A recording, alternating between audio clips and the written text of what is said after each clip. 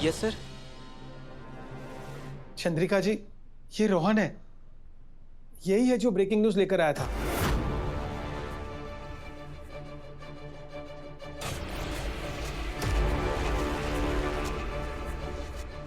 तुम जैसे लोगों ने पत्रकारिता का मजाक बनाकर रखा है।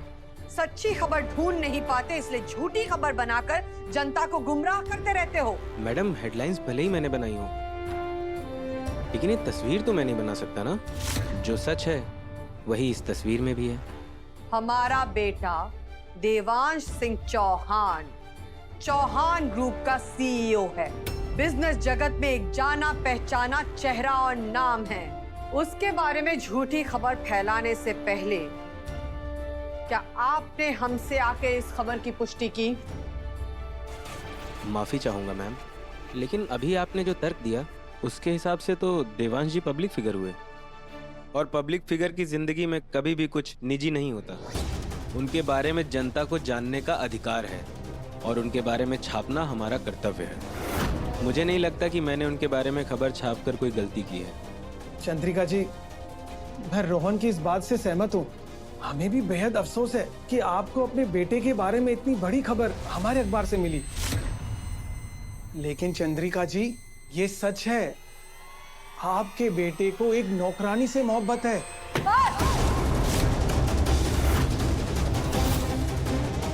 एक शब्द और नहीं।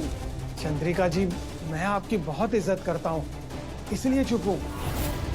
लेकिन इसका मतलब ये नहीं कि आप अपने बेटे का गुस्सा हम पे निकाले और हमें धमकी देने की बजाय आप अपने बेटे से सवाल क्यों नहीं करती? सवाल जवाब तो अब होंगे। बुलाइए अपने सारे रिपोर्टर्स को। ठीक है, बुला सबको। की कोई जरूरत नहीं है। आप निर्भीक होकर सब सच्चाई बताइए। हम आपका शोषण नहीं होने देंगे। कैसी बातें कर रहे हैं आप लोग?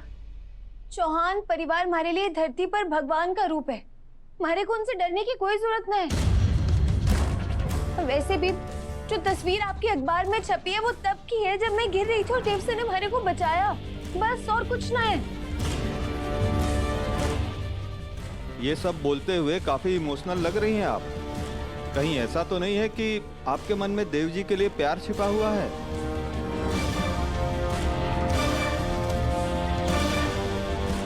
सोच समझकर बात कीजिए। हमारी छोरी में मारे संस्कार हैं। वो अपनी हद और अपनी औकात अच्छे से जाने है। उसके मन में अपने मालिक के लिए जो पाप कभी आ ही ना सके है। बस अब सारी बातें क्लियर हो चुकी हैं। किसी भी तरह का मन घड़त कहानी हम बर्दाश्त नहीं करेंगे। पर ये झूठी खबर फैलाने की आप लोगों ने जो गलती की है उसकी भरपाई तो आपको करनी होगी। हम आप पर मानहानि का केस करेंगे ताकि कोई और अखबार सनसनी फैलाने के लिए ऐसी घटिया हरकत ना करे। और जाते जाते हम एक बात जरूर बताना चाहेंगे। हम सिर्फ अपने देव के लिए एक योग्य पत्नी नहीं ढूंढ रहे हैं, उसके साथ साथ वसुधा के लिए एक अच्छा सा लड़का ढूंढने की जिम्मेदारी भी हमारी है। और जैसे ही हमारी खोज पूरी हो जाएगी हम खुद प्रेस को इनवाइट करेंगे। लेकिन तब तक के लिए आप कोई भी अफवाह पर विश्वास मत कीजिए। याद रखिए, देवांश सिंह चौहान के लिए उसकी मां की पसंद ही आखिरी पसंद होगी।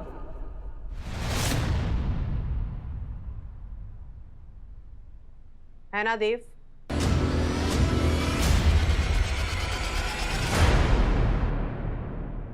जी मां साहब।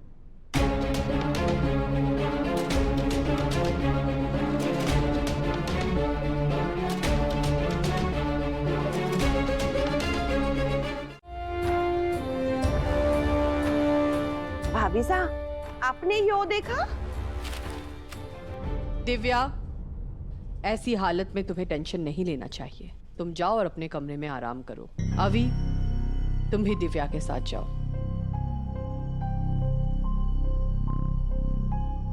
सारिका, तुम भी जाकर अपने कमरे में आराम करो।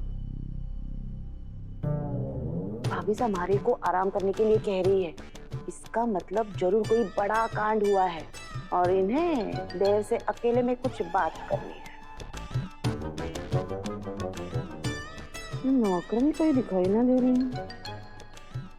कोई बात ना, मैं यो फिल्म इंटरवल के बाद वसु के घर जाकर देख लूंगी। असली ड्रामा तो वही होने वाला है।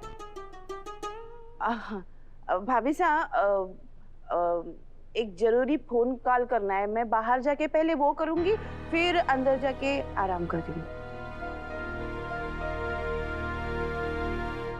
देव, यहाँ आकर बैठो।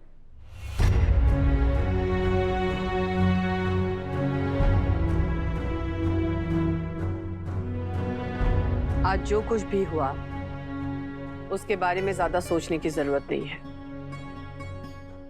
हमें तुम पर पूरा भरोसा है देव। अभी से एक बार गलती हो सकती है पर तुमसे कभी नहीं। लेकिन वो रिपोर्टर गलत नहीं था। वो सही कह रहा था कि तुम एक पब्लिक फिगर हो, तो तुम्हें अपनी निजी जिंदगी में भी सतर्क रहना चाहिए। छवि बिगड़ने में ज्यादा देर नहीं लगती है देव, इसलिए इस बात का ख्याल रखना। अब तुम अपने कमरे में जाओ और निश्चिंत होकर आराम करो।